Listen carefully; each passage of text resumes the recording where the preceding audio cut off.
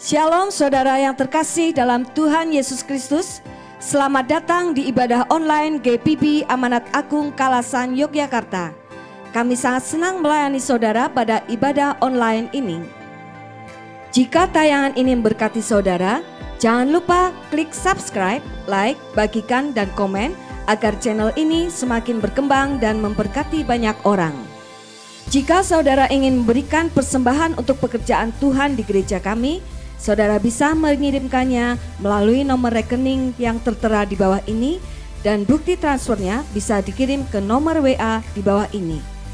Atau persembahan dapat dibawa langsung ke gereja dan dimasukkan ke kotak persembahan yang sudah tersedia.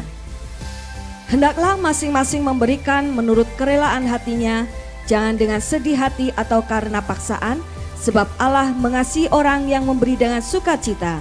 Dan Allah sanggup melimpahkan segala kasih karunia kepada kamu, supaya kamu senantiasa berkecukupan di dalam segala sesuatu, dan malah berkelebihan di dalam pelbagai kebajikan. 2 Korintus 9 ayat 7 sampai dengan ayat yang ke-8. Kami ucapkan terima kasih atas perhatiannya, dan selamat beribadah. Tuhan Yesus memberkati. Jemaat yang dikasihi Tuhan, mari kita awali ibadah kita dengan doa dan kita tunduk kepala.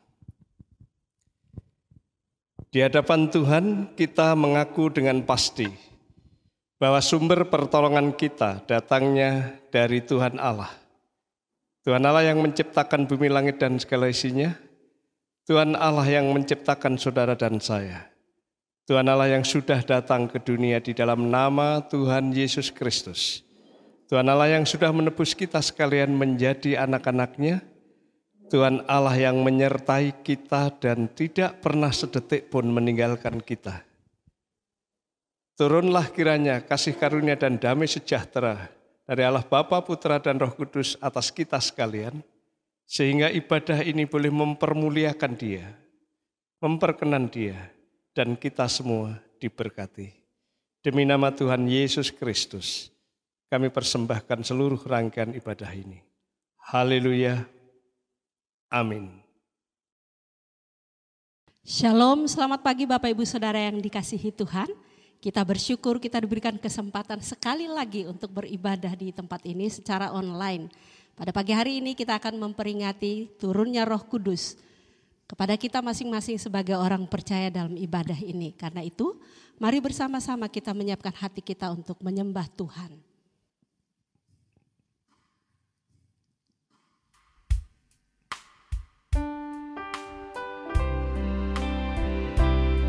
Roh Kudus menjadi penghibur kita, menjadi pendamping kita, menjadi penolong kita.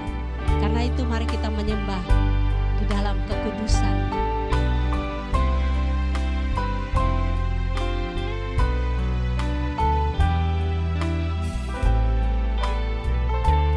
Allah Roh Kudus penuhi kami.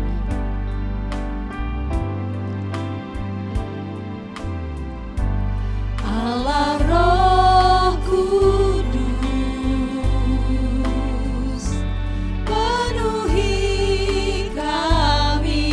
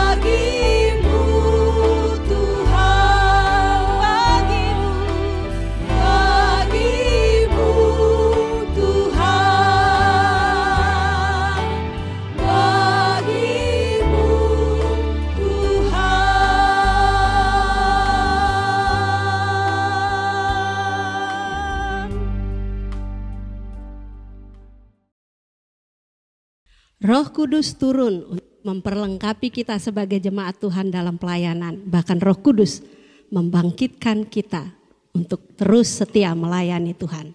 Roh Kudus turun.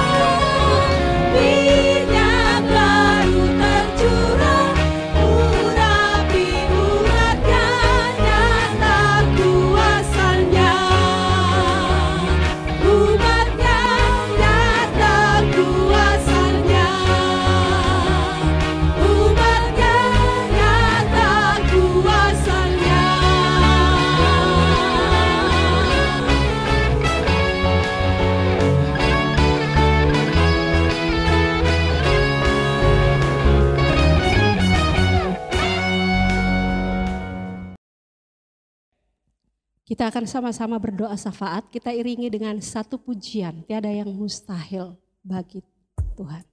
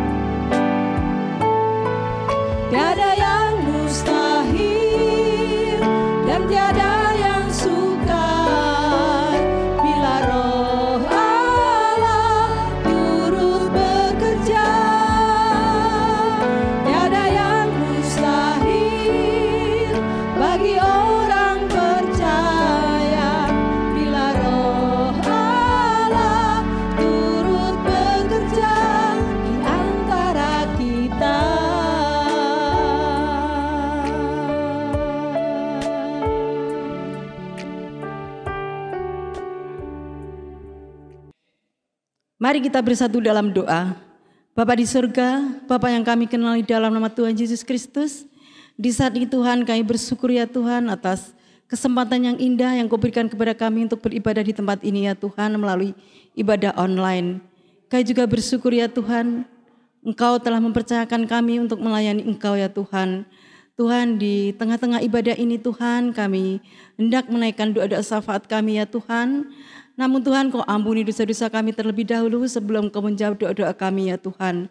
Di saat ini kami menyerahkan untuk bangsa Indonesia ini ya Tuhan, khususnya saat ini mengalami wabah COVID-19 yang begitu meluas hingga kemana-mana ya Tuhan. Tolong Bapa, Engkau ikut campur tangan dalam penanganan penyelesaiannya. Dan kami percaya Engkau yang sanggup menghentikan virus itu Tuhan. Tuhan, di saat ini kami menyerahkan untuk para relawan, para dokter, para perawat, bahkan semua yang terlibat di dalam penanganan ini kami mohon pertolongan-Mu. Engkau berikan kekuatan kepada mereka, berikan kesehatan kepada mereka, Engkau berikan hikmat, sehingga apa yang dilakukan itu benar-benar penuh dengan pertolongan-Mu. Tuhan, di saat ini kami menyerahkan juga untuk pemerintahan bangsa kami ini ya Tuhan yang saat ini benar-benar merasa terpuruk, khususnya dalam ekonominya ya Tuhan. Kami mohon Kau memulihkan, Engkau mengampuni, sehingga bangsa kami ini benar-benar pulih karena pertolongan-Mu Tuhan. Berkati semua pemerintahan dari tingkat yang tertinggi, yang terendah, supaya mereka bisa bekerja sama dengan baik, sehingga Indonesia ini semakin baik, dan bahkan Engkau ikut campur tangan di dalam pemulihan perekonomian ataupun pemulihan keamanannya ya Tuhan. Tuhan, di sana kami menyerahkan juga untuk gereja-gereja di seluruh Indonesia ini ya Tuhan, yang saat ini juga melayani dengan ibadah online. Tolonglah Bapa supaya melalui pelayanan kami, pelayanan anak-anak-Mu, pelayanan hamba-hamba-Mu menjadi berkat bagi banyak orang ya Tuhan, sehingga banyak orang yang rindu untuk datang kepada-Mu ya Tuhan, sehingga melalui ibadah ini banyak gereja-gereja diberkati. Kami juga bersyukur ya Tuhan atas hamba-hamba Tuhan, anak Tuhan yang selalu setia kepada-Mu. Terima kasih Tuhan, kami menyerahkan segala pergumulan bangsa kami, pergumulan gereja-gereja-Mu di dalam tangan kuasa-Mu. Kami percaya Tuhan, kami hanya bisa berserah kepada-Mu.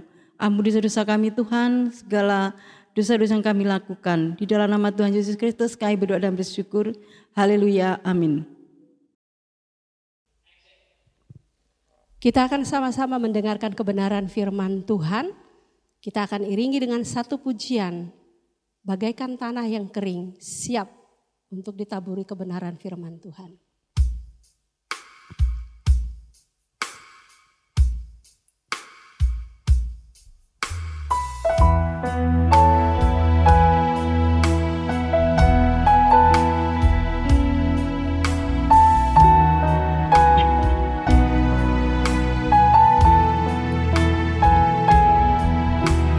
Roh Kudus mengalir memenuhi hati kita dan menyiapkan hati kita untuk menerima setiap perkataan firman Tuhan yang akan disampaikan pada pagi hari ini.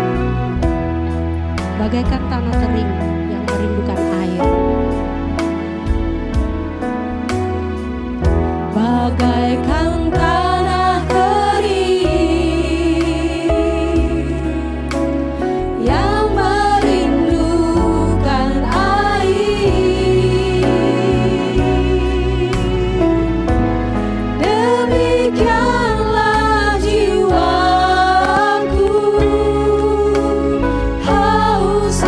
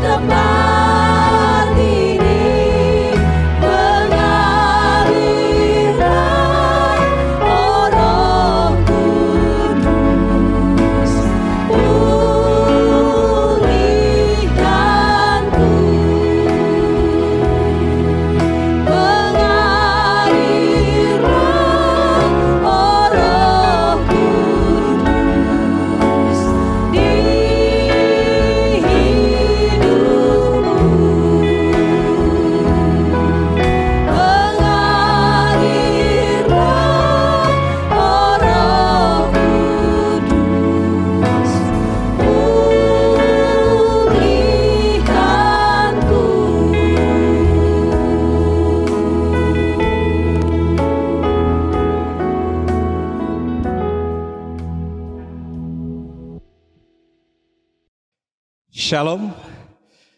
Pada hari ini kita akan beribadah bersama-sama dan hari ini sebenarnya adalah hari Pentakosta, di mana hari yang ke-50 setelah Paskah yang biasanya orang-orang Yahudi kala itu mereka datang ke Bait Allah dengan membawa hasil-hasil pertanian yang terbaik dipersembahkan kepada Tuhan. Mereka bersyukur, berterima kasih kepada Tuhan oleh karena berkat-berkat Tuhan yang sudah dinyatakan sepanjang tahun. Sehingga di hari seperti hari ini mereka bersyukur dengan segala hasil bumi dibawa kepada Tuhan. Nah, beberapa gereja tertentu juga masih merayakan seperti itu yang sering kali disebut di Jawa Rioyo Unduh-Unduh. Nah, jemaat yang dikasihi Tuhan, hari Pentakosta di situ adalah hari di mana Tuhan memberkati umat secara luar biasa. Tuhan memenuhi janjinya dengan memberikan Roh Kudus kepada orang-orang percaya dan wujud nyatanya kala itu adalah bahasa lidah. Karena mereka berkata-kata dengan lidahnya, glosa. Tapi kadang juga disebut sebagai bahasa roh. Karena bahasa itu berasal, bahasa itu terjadi setelah Roh Kudus turun ke atas mereka. Sehingga mereka berbahasa yang sering disebut sebagai bahasa roh. Mungkin kita bertanya, bahasa roh, apa itu?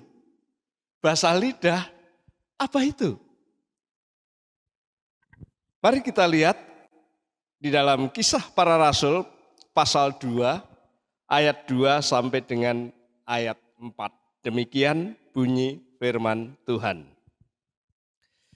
Tiba-tiba turunlah dari langit suatu bunyi seperti tiupan angin keras yang memenuhi seluruh rumah di mana mereka duduk. Dan tampaklah kepada mereka lidah-lidah seperti nyala api yang bertebaran dan hinggap pada mereka masing-masing. Maka penuhlah mereka dengan Roh Kudus, lalu mereka mulai berkata-kata dalam bahasa-bahasa lain seperti yang diberikan oleh Roh itu kepada mereka untuk mengatakannya. Mari kita berdoa sebelum kita mendengarkan uraian kebenaran firman Tuhan ini. Kita tunduk kepala dan berdoa. Bapa di surga, kami datang kepadamu mengucapkan puji, puja serta syukur karena karunia-karunia Tuhan yang sudah Tuhan nyatakan.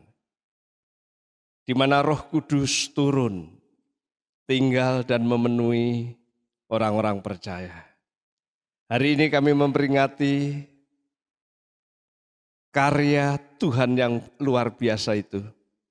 Dan dalam situasi seperti itu kami juga penuh dengan rasa syukur karena Tuhan memberi kebenaran firman-Mu yang Tuhan nyatakan melalui Kisah Para Rasul pasal 2 ini.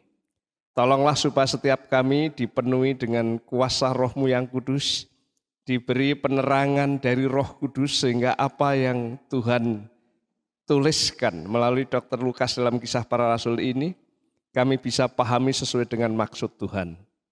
Istimewa hamba-Mu yang sederhana ini tutup bungkus dengan kuasa darah-Mu, Tuhan sembunyikan di belakang salib-Mu, dan buat dia berbicara sesuai dengan maksud Tuhan.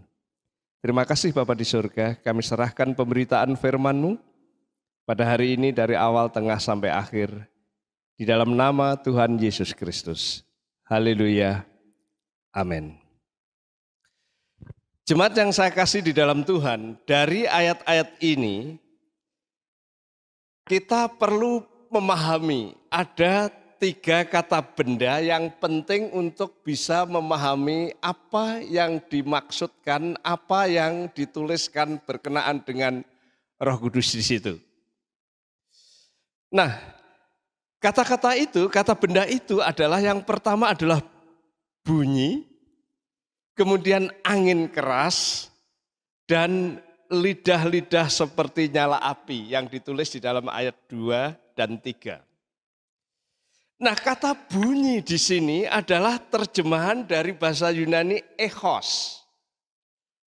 Sebenarnya kata echos, kalau saudara tahu istilah echo, itu adalah suara yang menggema.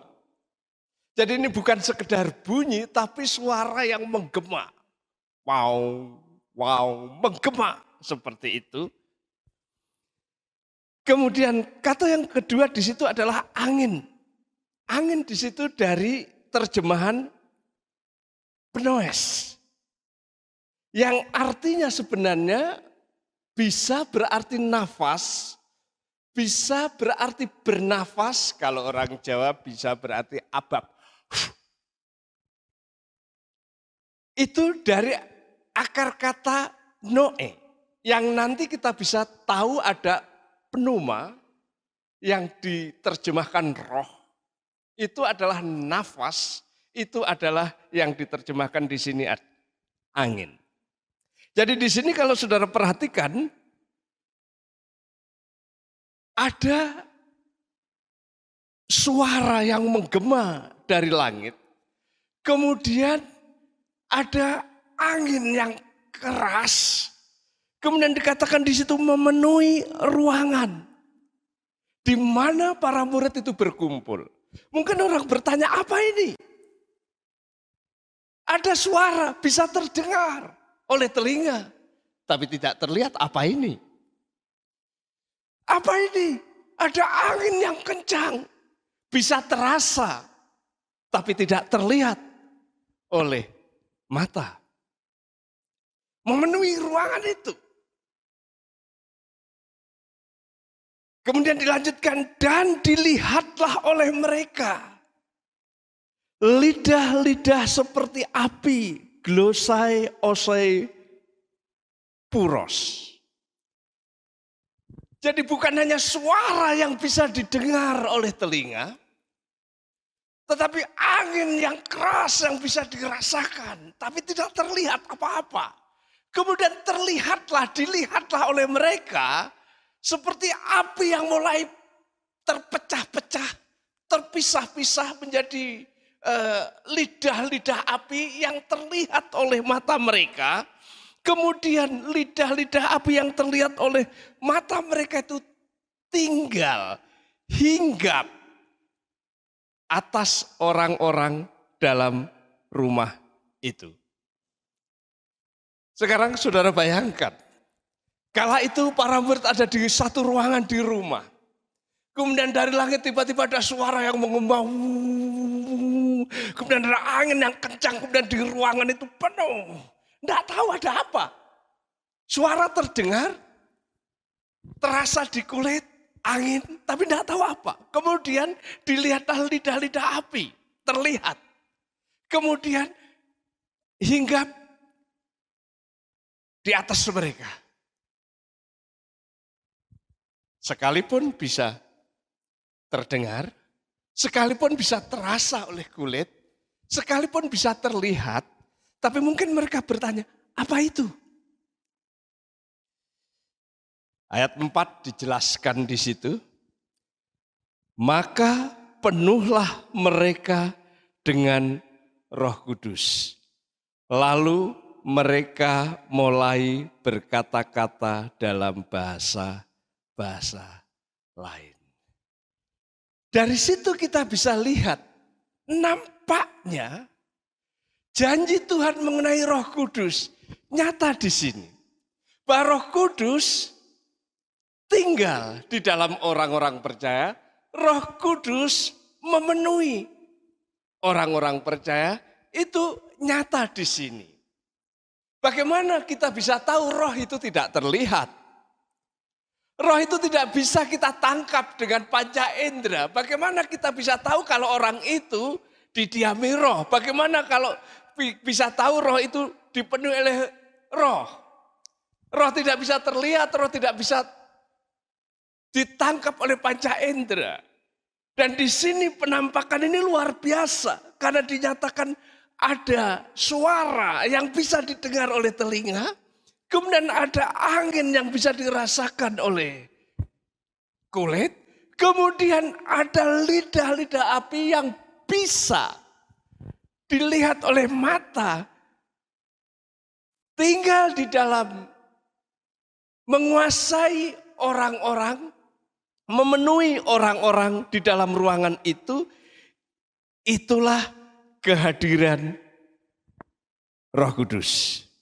Setelah itu dikatakan lalu mereka mulai berkata-kata dalam bahasa lain.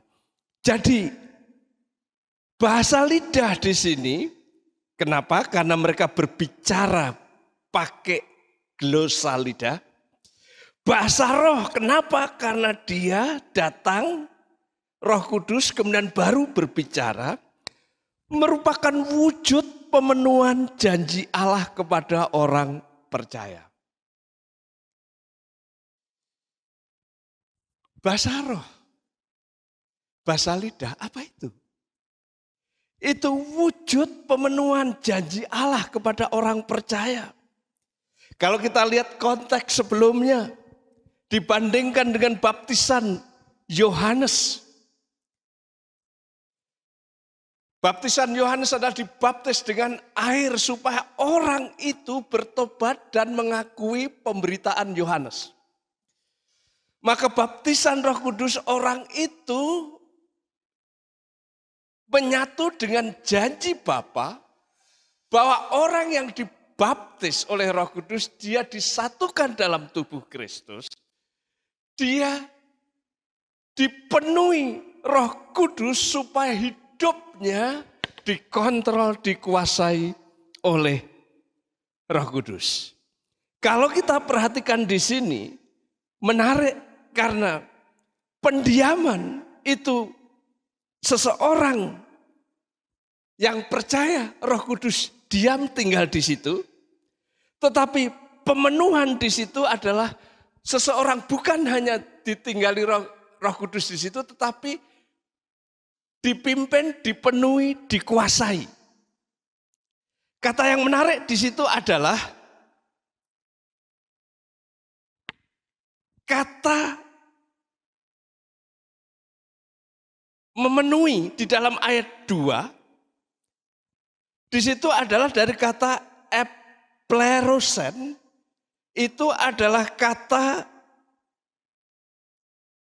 aoris aktif indikatif. Jadi betul-betul Roh Kudus itu menguasai ruangan itu. Tapi yang menarik di dalam ayat 3 di situ, penulis memakai kata ekatesen. Ekatesen di situ kata kerja aoris aktif indikatif juga. Tapi artinya itu duduk. Artinya duduk artinya apa? Dia menduduki orang itu, dia berkuasa atas orang itu sehingga orang-orang yang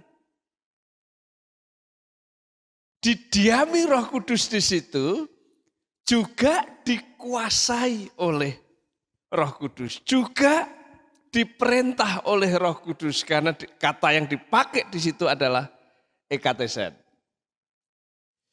Nah, dalam ayat 4 pakai istilah lagi, dipenuhi. Artinya apa?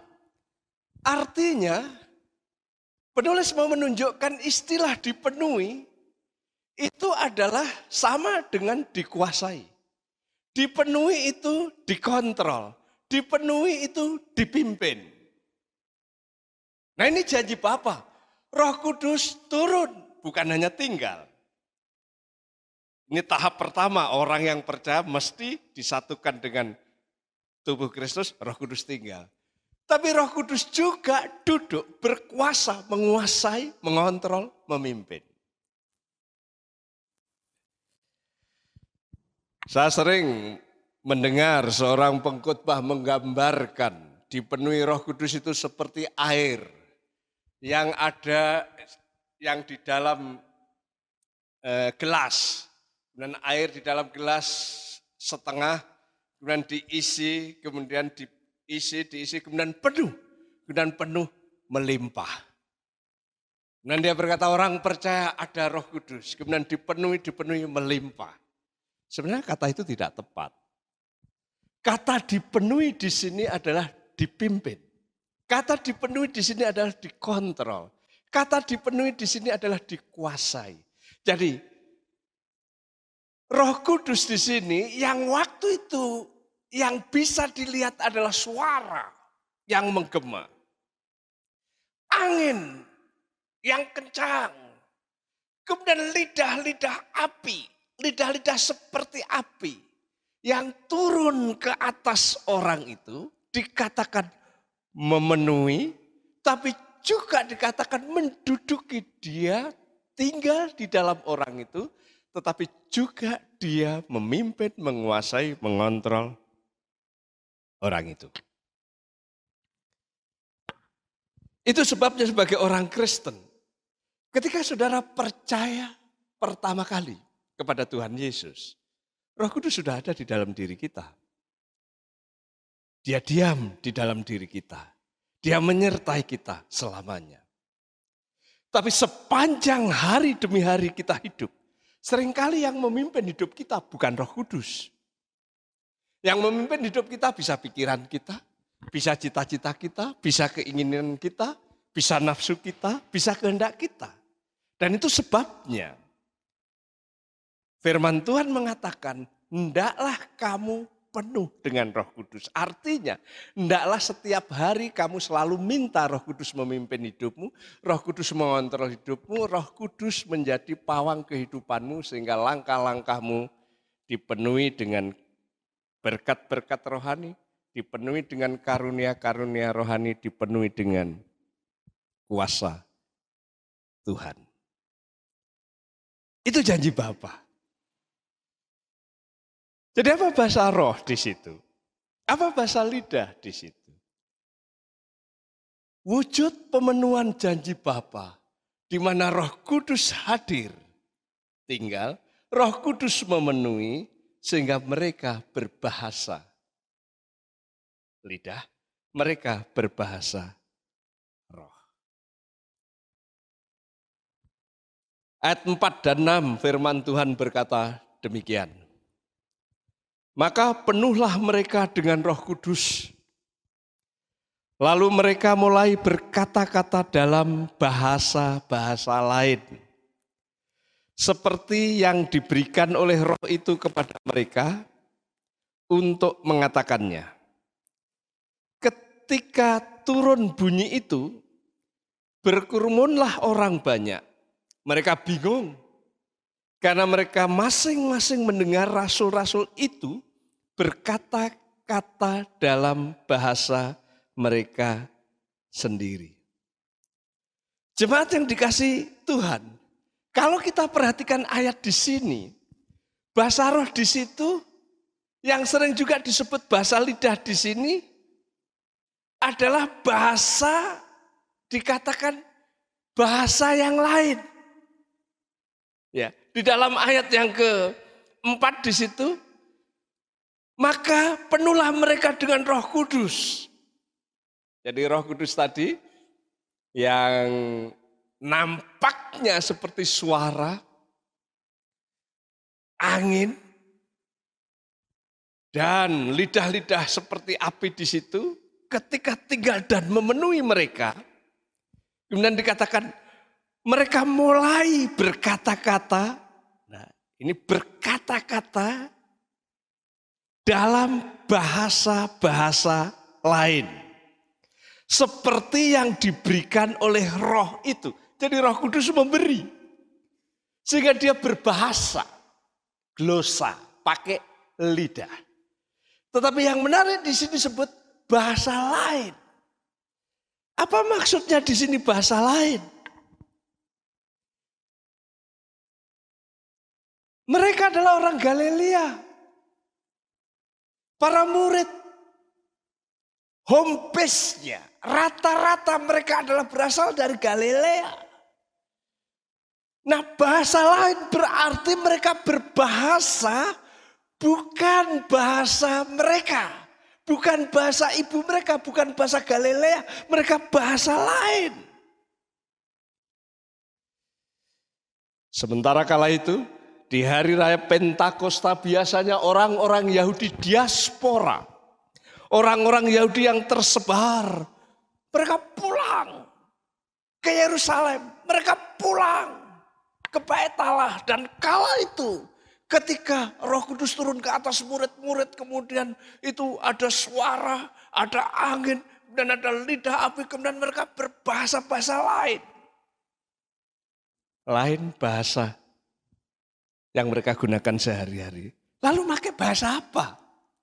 Kalau saudara perhatikan orang-orang Yahudi yang kumpul waktu itu yang dengarkan di situ. Di dalam ayat 8-11 di situ dikatakan ada yang dari Parsia, dari Media, dari Elam, dari Mesopotamia, dari Yudea, dari Kapadokia, dari Pontus, dari Asia, dari Frigia, dari Pamfilia, dari Mesir, Libya, Kirene, Roma, Kreta,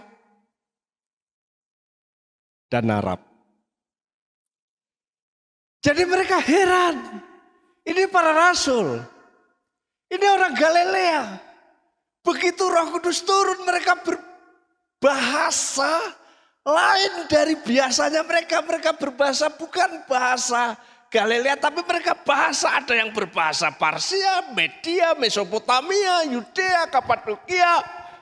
Ada yang berbahasa Asia, Frigia, Pamfilia, Mesir, Libya, Kirene, Roma, Kreta, dan Arab. Ini luar biasa. Tiba-tiba saja mereka bisa berbahasa, glosa, dialekto. Glosa adalah terjemahan, bisa diterjemahkan bahasa yang muncul dari lidah. Dialekto adalah komunikasi dialek dengan dialek yang lain. Bukan dialek, bukan bahasa Galilea. Heran, kok bisa mereka berbahasa Arab? Kok bisa mereka berbahasa Kirene? Kok bisa mereka berbahasa Libya? Kok bisa mereka berbahasa Mesopotamia? Kok bisa mereka berbahasa Kreta, Parsia, Media, Elam? Kok bisa? Padahal mereka orang sederhana. Dan mereka juga, saya pikir, tidak pernah kursus. Tidak kursus bahasa Elam, tidak kursus bahasa Arab, tidak kursus bahasa Mesir, bahasa Libya, bahasa Kirene, bahasa Roma, tidak. Apalagi bahasa roh.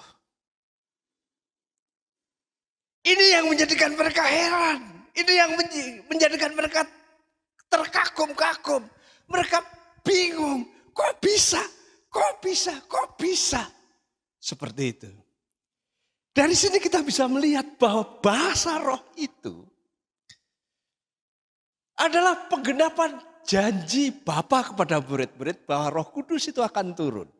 Untuk menunjukkan bahwa Roh Kudus itu betul-betul turun, ada suara yang dari langit. Disertai angin kencang, kemudian lidah-lidah api turun, tinggal atas orang-orang itu. Kemudian mereka berbahasa roh, berbahasa lidah.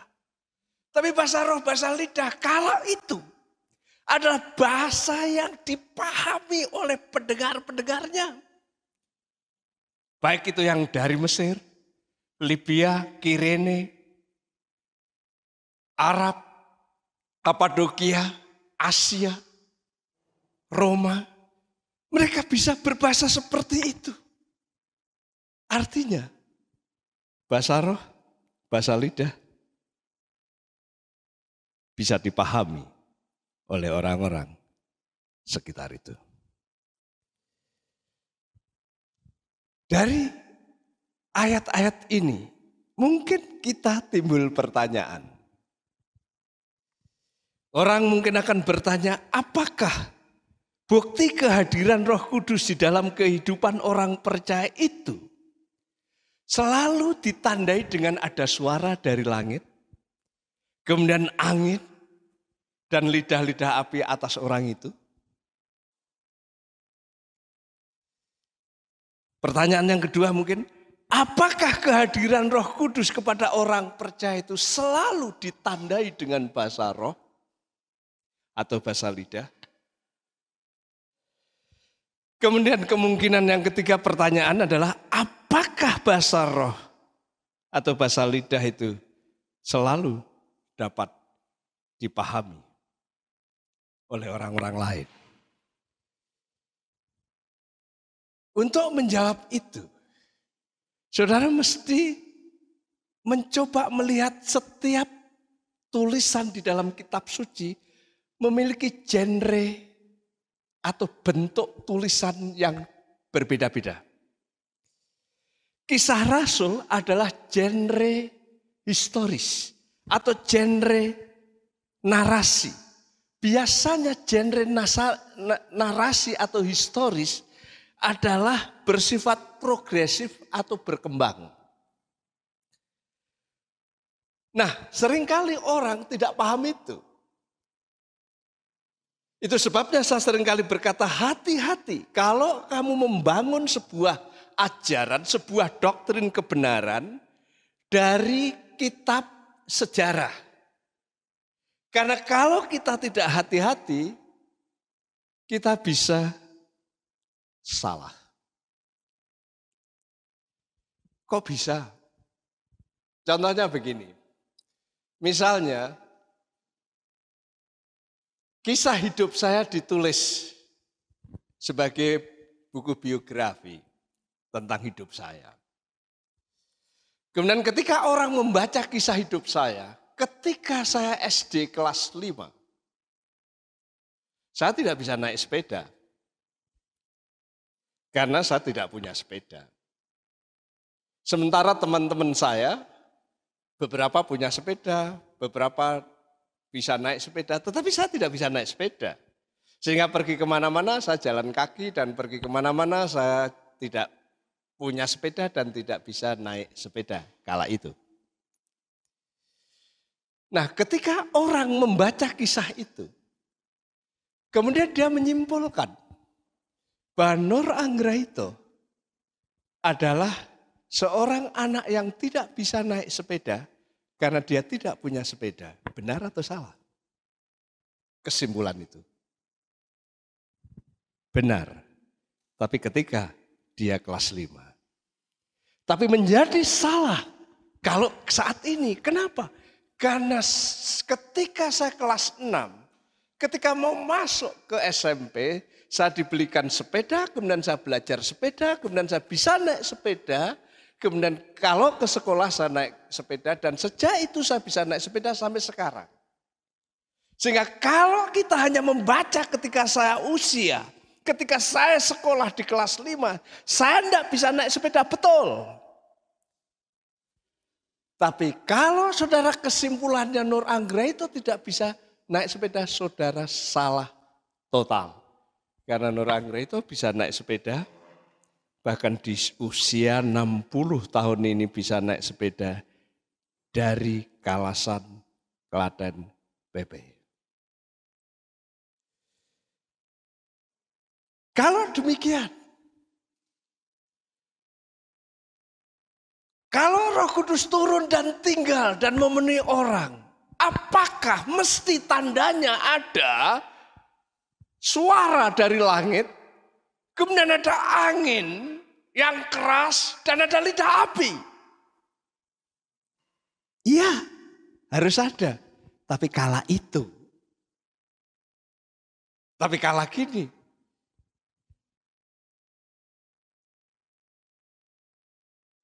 Susah kita akan menjawab.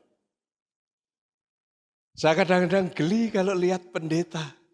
Supaya mirip seperti ini, kemudian dia pakai mic, kemudian suaranya dikeluarkan supaya seperti suara kala itu, kemudian seperti angin. Terimalah Roh Kudus. Terimalah Roh Kudus. Kenapa harus begitu? Dimasakin. Kemudian terimalah api. Apa ada apinya? Jelas enggak.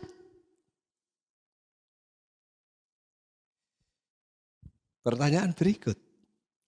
Apakah setiap orang yang dihadiri Roh Kudus, dipenuhi Roh Kudus, berbahasa roh atau berbahasa lidah? Jawabannya iya. Di Kisah Rasul pasal 2. Di selanjutnya, saudara bisa pelajari sendiri. Apakah bahasa roh bisa dimengerti oleh orang lain? Iya. Di dalam pasal 2 di sini. Tapi setelah itu, saudara nanti bisa lihat sendiri. Tapi poin saya di sini adalah bahasa roh. Apa sih itu? Ini adalah perwujudan pemenuhan janji Bapa kepada orang-orang yang percaya. Bahwa Roh Kudus akan turun tinggal dan memenuhi. Dan kala itu wujud nyatanya ada suara, ada angin, ada lidah-lidah seperti api tinggal. Kemudian diwujud nyatakan dalam berbahasa. Lidah berbahasa roh. Bahasa lidah, bahasa roh di situ bisa dipahami kala itu. Orang-orang yang mendengar di sekitar itu. Orang Yahudi yang datang dari Roma, yang datang dari Libya, yang datang dari Kirene, yang datang dari Mesopotamia. Yang datang dari berbagai daerah orang-orang diaspora itu. Mereka mendengar, mereka berbahasa sesuai dengan yang mereka pahami. Dan yang ketiga, bahasa roh di situ adalah sarana sebuah kesaksian.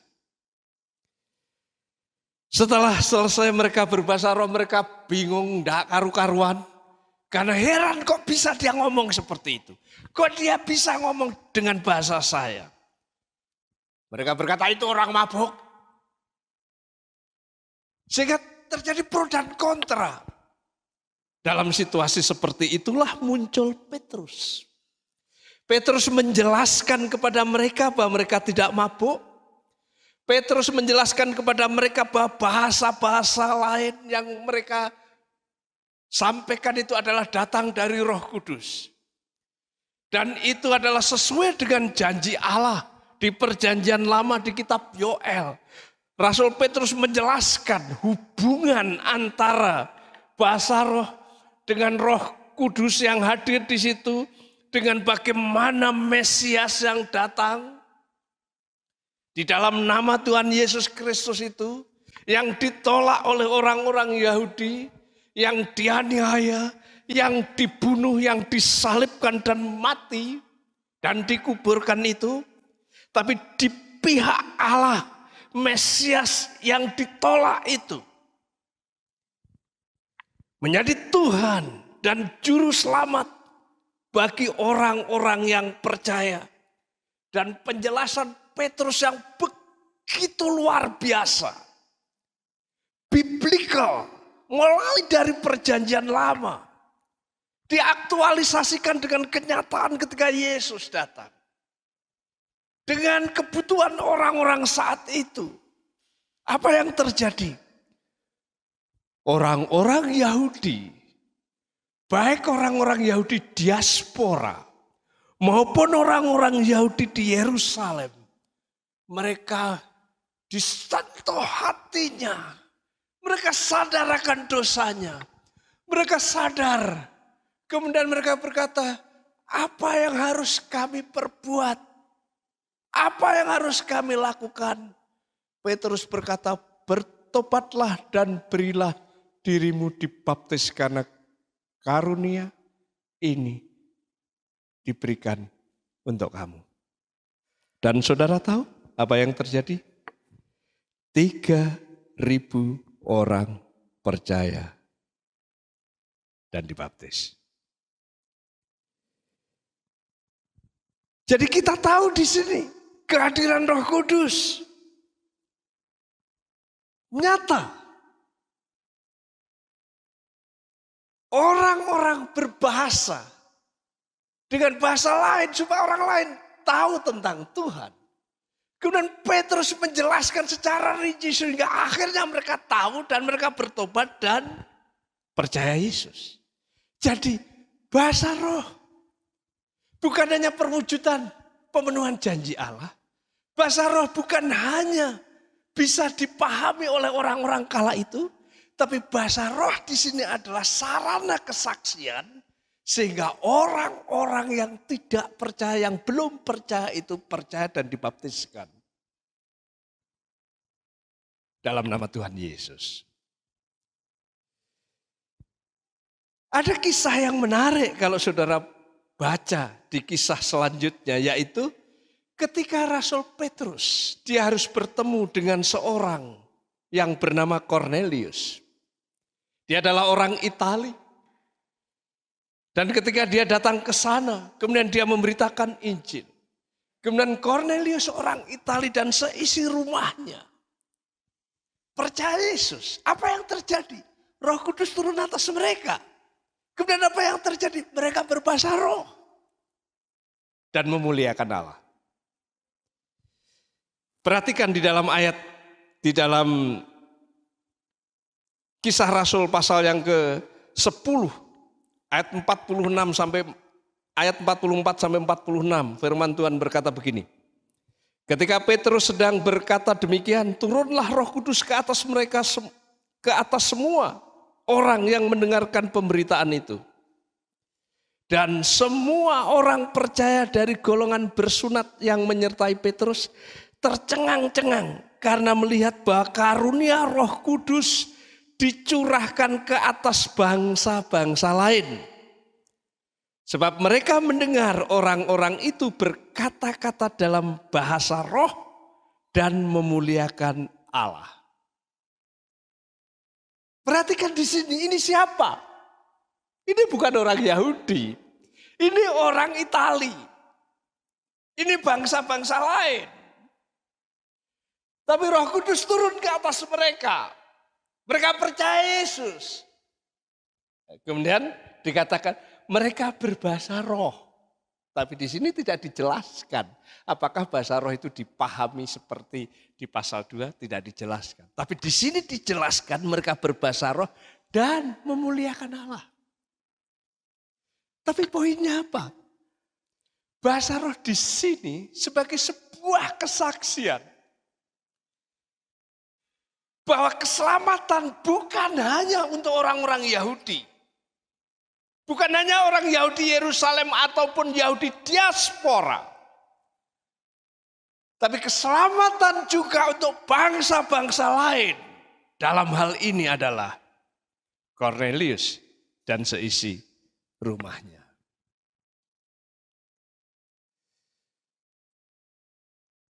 Pasal 19.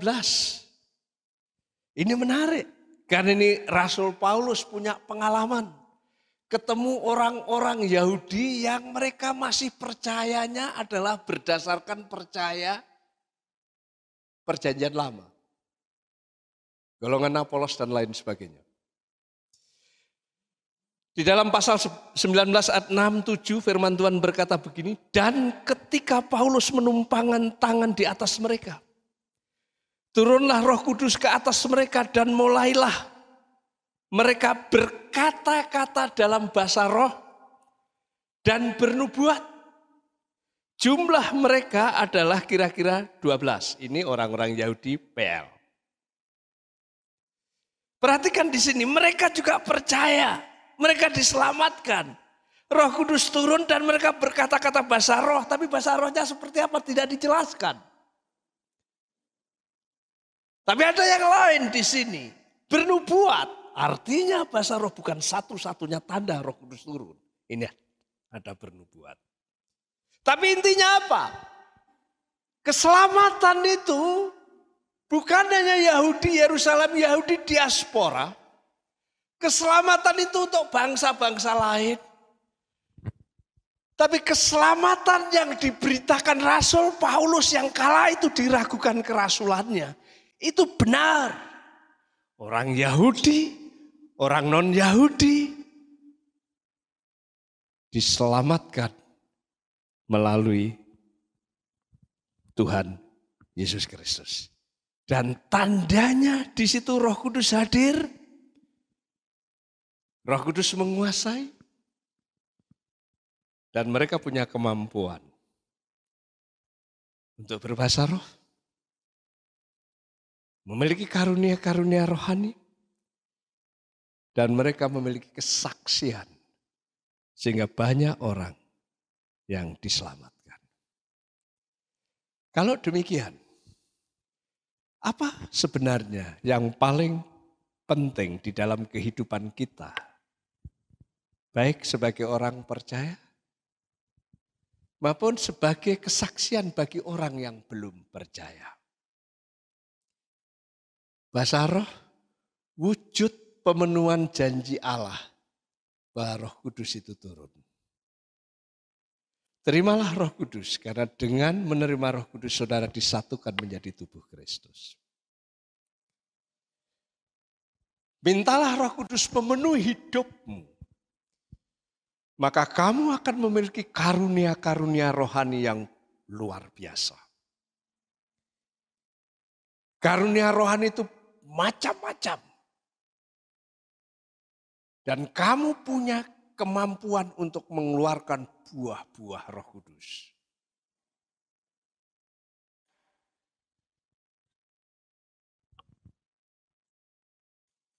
Pahamilah bahwa bahasa roh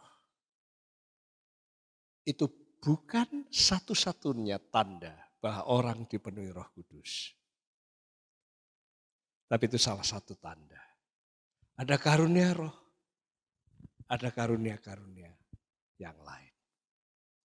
Tapi lebih daripada itu, kalau orang itu dipenuhi Roh Kudus, orang itu dipenuhi dengan karunia-karunia rohani, maka semua itu adalah untuk kesaksian. Supaya Kristus ditinggikan, Kristus diagungkan, Kristus dikumandangkan, Kristus diproklamasikan, Kristus diberitakan. Dan dari sana orang diselamatkan. Jemaat yang dikasihi Tuhan, mari kita akhiri ibadah kita ini dengan berdoa. Bapa yang di surga, kami datang padamu mengucap syukur dan berterima kasih karena Engkau sudah memberkati ibadah kami. Terima kasih atas kebenaran firman-Mu yang mengingatkan kami untuk terus hidup di dalam pimpinan Roh-Mu yang kudus. Sehingga kehidupan kami pun menjadi saksi Kristus dan melalui kehidupan kami dan pelayanan kami ada banyak orang yang mengenal Tuhan. Dan lebih daripada itu mereka bisa mempermuliakan Tuhan seperti kami. Terima kasih Tuhan, kiranya Engkau terus memberkati kami.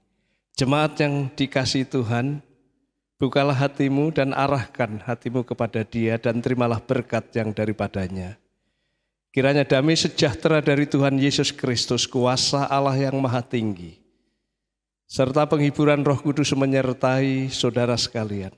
Sehingga dimanapun saudara berada, saudara terus ada di dalam pimpinan Roh Kudus, saudara terus bisa menjadi saksi Kristus sehingga melalui kehidupan saudara dan pelayanan saudara, nama Tuhan dipermuliakan, nama Yesus Kristus ditinggikan, diproklamasikan sehingga banyak orang yang mempermuliakan Dia. Terpujilah Tuhan Yesus dari kekal sampai kekal. Haleluya. Amin. Rahmat Tuhan Yesus Kristus, kasih